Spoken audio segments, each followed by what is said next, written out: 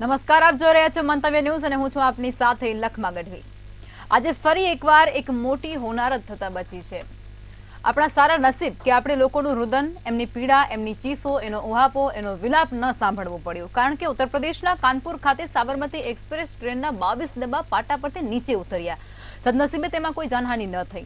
આ રેલવેમાં 314 જેટલા ગુજરાતીઓ સવાર હતા। સૌથી વધુ વડોદરાની વસ્તી તેમાં હતી।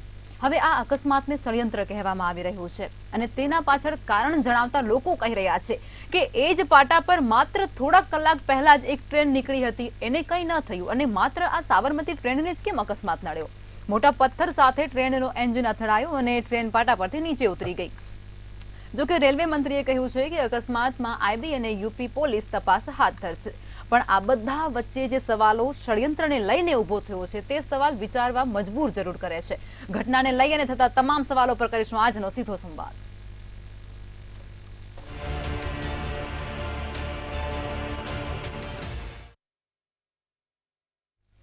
ચર્ચાની શરૂઆત કરશું, જેમાં જયંતિભાઈ આહિર જોડાઈ ચૂક્યા છે, રાજકીય વિશ્લેષક છે। સાથે જ જોડાયા છે કોંગ્રેસમાંથી મુકેશભાઈ પંચાલ અને ભારતીય જનતા પાર્ટીમાંથી મહેશભાઈ પુરોહિત જોડાયા છે નવસારીથી। પહેલા તો તમામ મહાનુભાવોનું મંતવ્ય ન્યૂઝમાં સ્વાગત છે। આપણે જયંતિભાઈ, બંને પક્ષો પાસેથી એમની પ્રતિક્રિયા પછી લઈશું, પરંતુ આજે સવારે વહેલી સવારે જે આખી ઘટના બની છે અને એક મોટી હોનારત ટળી છે એવું કહી શકાય છે, કારણ કે જે લોકો છે એને જાનહાનિ કોઈ પણ પ્રકારની આ ઘટનામાં નથી બની। સદનસીબ કહેવાય આપણા બધાના। પણ હવે આ આખી જે ઘટના બની એને આફત નહીં, કુદરતી આફત નહીં, પરંતુ ષડયંત્રનું નામ આપવામાં આવી રહ્યું છે।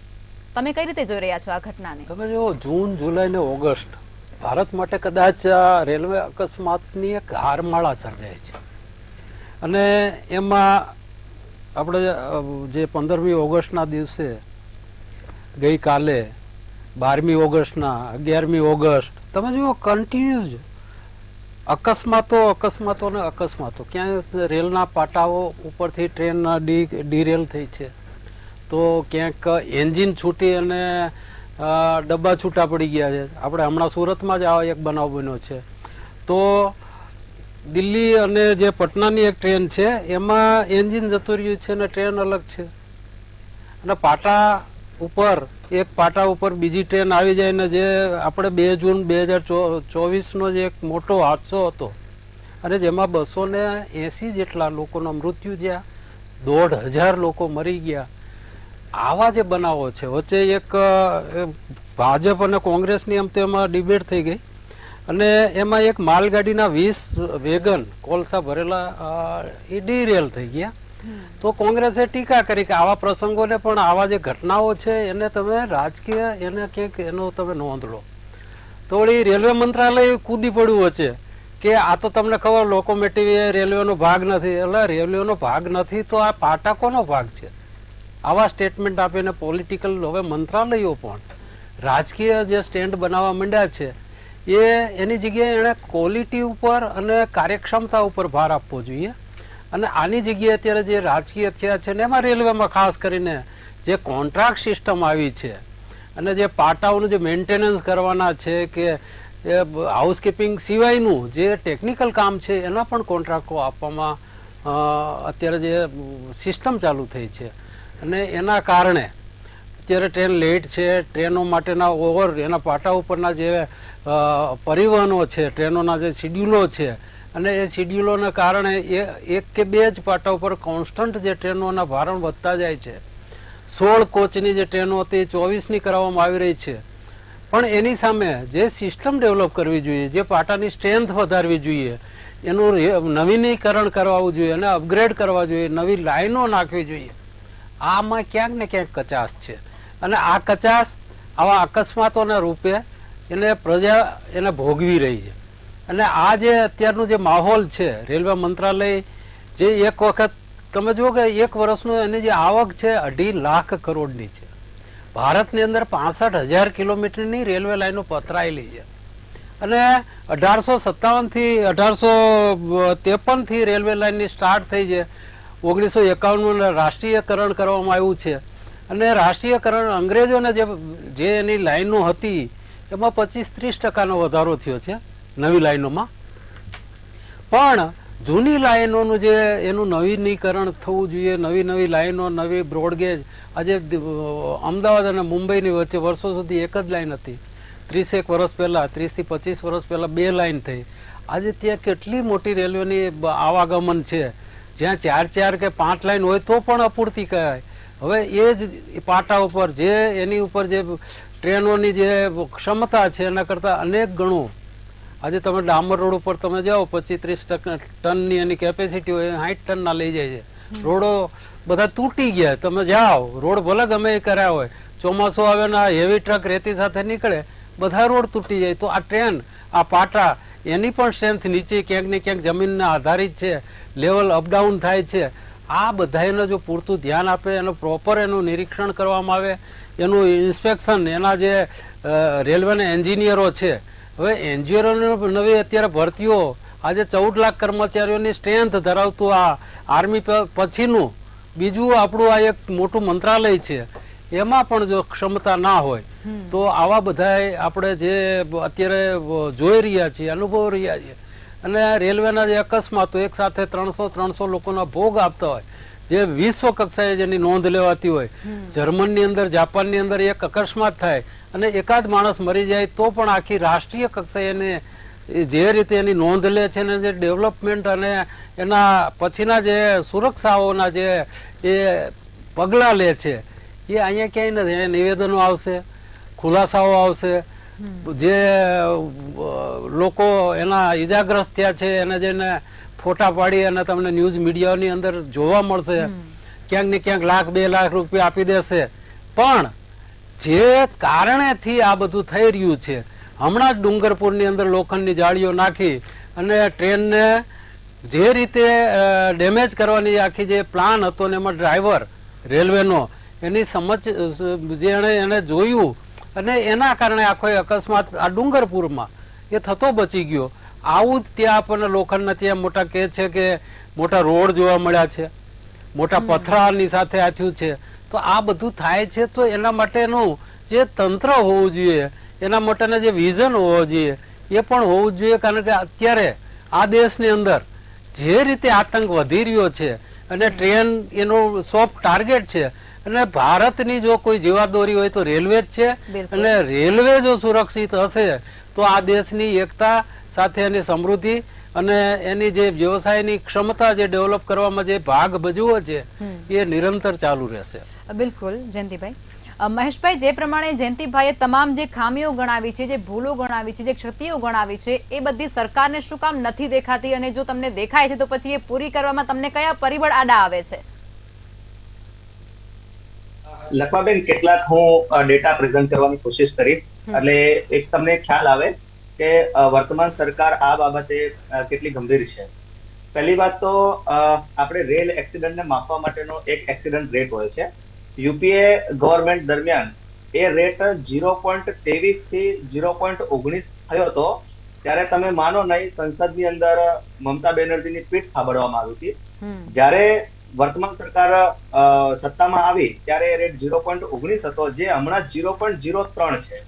હવે વિચાર કરો, આના પરથી તમને ખ્યાલ આવશે કે અકસ્માતોનું પ્રમાણ કેટલા પ્રમાણમાં ઘટ્યું છે. હું તમને એક બીજો ડેટા આપું. જ્યારે વર્તમાન સરકાર સત્તામાં આવી ત્યારે 8,000 કે તેથી વધુ એવી ફાટકો હતો જે માનવ રહિત હતી. આજે તમામે તમામ ફાટકો નીલ છે. એક પણ ફાટક એવી નથી કે જે ડાયરેક્ટ કોઈ ક્રોસ કરીને રેલવે ત્યાંથી પસાર થતી હોય છે. બીજો તમને એક આંકડો આપું કે યુપીએ ગવર્મેન્ટના જે આપણા 10 વર્ષ હતા તે દરમિયાન સેફટી માટે જે એક્સપેન્ડિચર હોય તે 1.64 લાખ કરોડ હતું, જે હમણાં 8.26 લાખ કરોડ છે. હવે આ જસ્ટ આ તો ખાલી મેં તમને 2-3 ફિગર આપ્યા છે. એવા હું તમને લાંબા લચક ફિગર આપી શકું જે એવું દર્શાવશે કે વર્તમાન સરકાર રેલવે તંત્રને મજબૂત કરવા માટે, રેલવે તંત્રની સેફટી જાળવી રાખવા માટે મહત્તમ પ્રયાસ કરે છે. હું એમ નથી કહેતો કે આ પ્રયાસ ઇનફ છે. હું એમ પણ નથી કહેતો કે આમાં સુધારાની કોઈ આવશ્યકતા નથી. હું એમ પણ નથી કહેતો કે ભાઈ જે થઈ રહ્યું છે ઇટ્સ ઓકે, ભાઈ હોતા હે ચલતા હે. હું તમને છે ને 2011 નો એક હાદસો કહું ને તો તમને નવાઈ લાગશે. 2011 ની અંદર એક ટ્રેન હાદસો થયો. ત્યારે મુકુલ રોય એમઓએસ હતા રેલવેના. તે દિવસે 70 લોકોના મૃત્યુ થયા હતા અને 350 લોકો ઇન્જર્ડ થયા હતા. તમે માનો નહીં, રેલવે મંત્રીને ખબર તક નતો એટલે મનમોહન સિંહે એમને ફોન કરીને કેવું પડ્યું હતું કે તમે ઘટના સ્થળે પહોંચો. આ સ્થિતિ હતી યુપીએ ગવર્મેન્ટની. હમણાં જે બી કઈ ઘટનાઓ બને છે એ અતિ દુઃખદ છે. અમારા આગળ જે વિશ્લેષકશ્રીએ કીધું કે ઘણી જગ્યાએ આવા પ્રયત્ન બી થઈ રહ્યા છે કે રેલવેને સોફ્ટ ટાર્ગેટ કરવામાં આવે છે કેટલાક કટ્ટર માનસિકતા વાળા લોકો દ્વારા.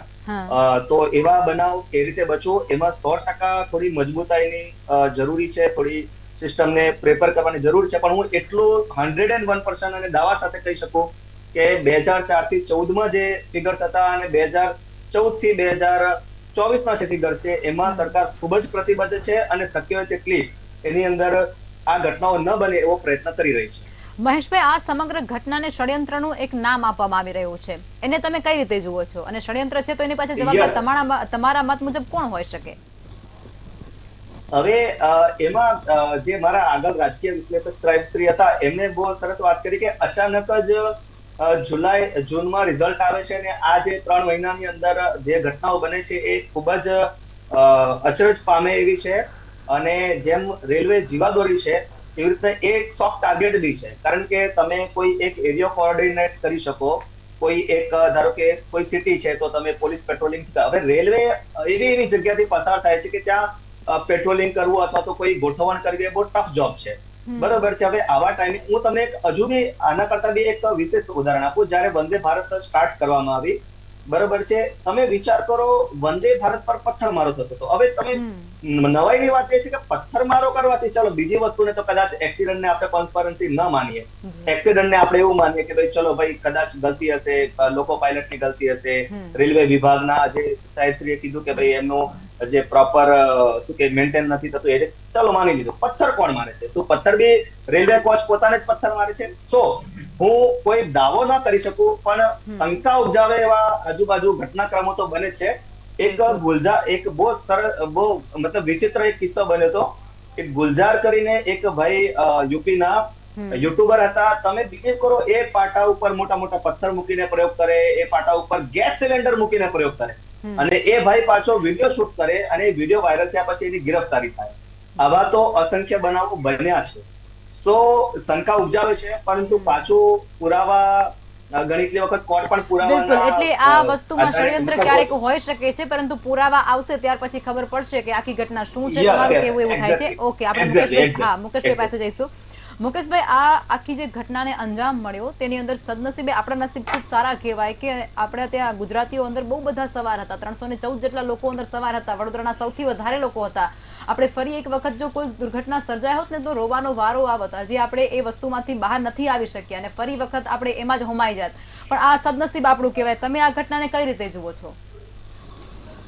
સૌથી પહેલા તો હું એવું કહું છું કે આ જે ઘટનામાં કોઈ જાનહાનિ નથી થઈ એટલે એ આપણે કુદરતનો પહાડ માનીએ. અને એના પહેલાં મારે એક વાત કરવાની રહી ગઈ કે આપણા ગુજરાતના ગૃહમંત્રીના ફાધરનું નિધન થયું છે, તો એને આપણે ધ્યાનમાં રાખીને એમને શ્રદ્ધાંજલિ અર્પણ કરું છું કોંગ્રેસ પક્ષ તરફથી. હવે વાત એવી છે કે આ જે 22 ડબ્બા કાનપુરમાં ખડી પડ્યા, બરાબર છે, આ ટ્રેન વારાણસીથી અમદાવાદ આવી રહી હતી, પરંતુ આ જે ડબ્બા ખડી પડ્યા, આપણે પેલી વાત પછી કરીએ કે તમે કહ્યું કે આને એક ષડયંત્ર માનવામાં આવે છે, બરાબર, પણ આગળ એક પથ્થર અથડાવાથી આ ટ્રેનને કંઈક અકસ્માત થયો છે એવું બહાર આવ્યું ને ટ્રેનની સ્પીડ કંઈક 70-80ની જ હતી એવું પણ મારા ધ્યાનમાં છે, બરાબર. મારું એવું કહેવું છે કે સૌથી પહેલું કે એક પેલી યોજના હતી કંઈક સુરક્ષા કવચ, એનાથી પાટા ખડી પડવા કે આવા જે અકસ્માત થાય ને એ જાણી શકાય અને ઓછા થાય કે બંધ થઈ જાય એવું હતું. એ વાત બહુ ગાય વગાડીને કરવામાં આવી હતી. એ આજે આખા ભારતમાં 2% જગ્યાએ જ છે એવું મારા ધ્યાનમાં છે. તો હું માનું છું કે 98% બીજા ટેક્સ ભરે છે તો એ ધ્યાનમાં લેવું જોઈએ. તો હું માનું છું આવા અકસ્માત બંધ થાય અથવા તો ઓછા થાય. બીજી વાત એવી છે કે જે હમણાં ડબલ ડેકર આપણા ગુજરાતમાં સુરત પાસે એના પણ ડબ્બા, એમાં તો એવી વિચિત્ર ઘટના બની હતી કે સાહેબ તમે તો આ સાબરમતી એક્સપ્રેસનું કહો છો ને, એ નામ એવું છે એવું કે પહેલાં એવો બનાવ બની ગયો એટલે પણ જ્યાં સુરતનો બનાવ બન્યો છે ને એમાં તો ડબ્બા છૂટા પડી ગયા અને ટ્રેન જતી રહી.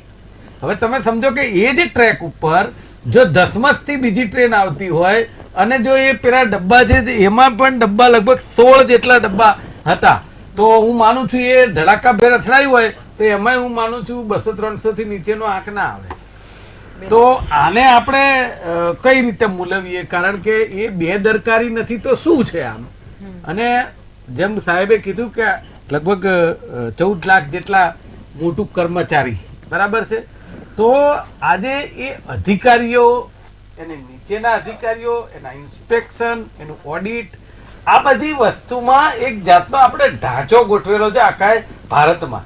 તમે તો ગુજરાતના લોકોની વાત કરી, પણ હું તો કહું છું આખા ભારત દેશના લોકો બધા આપણા ભાઈ બહેન જ છે. પણ વાત એવી છે કે છેલ્લા સમજો કે 3 મહિનામાં દર મહિને 2 પેસેન્જર ટ્રેન અને 1 માલગાડીની દુર્ઘટના બની છે, બરાબર, હાલના જે રેલ મંત્રી છે એમના કાર્યકાળમાં. બીજી વાત એવી છે કે 3 વર્ષમાં 131 ઘટના ઘટી છે. હવે આટલી બધી જો ઘટના ઘટતી હોય અને છતાં પણ ભાજપના પ્રવક્તા કે મંત્રીઓ એવી વાત કરે કે કોંગ્રેસની સરકાર, યુપીએની સરકારમાં આ હતું ને અમારી સરકારમાં આ છે, તો મને એવું લાગે છે લખમાં કે ક્યાં સુધી આપણા ફાધરે શું કર્યું હતું ને આપણે શું કરીએ છીએ એની વાત કરીશું. આજે જે વર્તમાન સમયમાં જે ઘટના ઘટી છે એમાં તમારા લૂપહોલ્સ છે, તમારા પ્રોબ્લેમ્સ છે, તમે જે કરવાનું છે નથી કરી રહ્યા એના હિસાબે થાય છે ને. એ ગણાવતા હતા કે ફાટકો જે માનવ રહિત હતા ત્યાં આ કરી દેવા. અરે ભાઈ, સમયાંતરે જે સરકારો ચાલતી હોય, આપણા નરેન્દ્રભાઈ જ્યારે પ્રધાનમંત્રી બન્યા ને ત્યારે કેટલી મોટું ઇન્ફ્રાસ્ટ્રક્ચર ઉપર બેઠા છે. એમાં 11મું વર્ષ છે આજે, તો શું એમને કામ નહીં કરવાનું? તમે 10 વર્ષમાં સરકાર ચાલે તો કામ નહીં કરવાનું? કામ તો કરવું જ પડે દરેકને, પણ તમે જે રીતે કામ કરો છો એની અંદર સુધારો આવવો જોઈએ, જે આવતો નથી. હવે વાત એમણે કરી ષડયંત્રની, તો હું એવું માનું છું કે આ ષડયંત્રની વાત એમણે છે ને ખરેખર મીડિયામાં કે જાહેરમાં કરતા પહેલા છુપી રીતે કરવી જોઈએ. આ મારા ને મારા ઘરમાં હું એમ કહું છું કે મારી વિરુદ્ધ ષડયંત્ર ચાલી રહ્યું છે. અરે ભાઈ, વહીવટ હું કરું છું, દરેક એજન્સી મારા હાથમાં છે અને મારી વિરુદ્ધ ષડયંત્ર ચાલે છે અને હું પકડી નથી શકતો. આ કેવી વાત થઈ? એટલે આ તો બધું જ પ્રજાને ભોગવવાનું. એમ થાય તોય તમે, મૃત્યુ થાય તોય તમે, ઈજા થાય તોય તમે, અને ષડયંત્ર થાય તોય તમે. હું તો ખાલી વાત કરું કે ભાઈ આ આવું થયું છે ને એમાં મને કંઈક શંકા લાગે છે.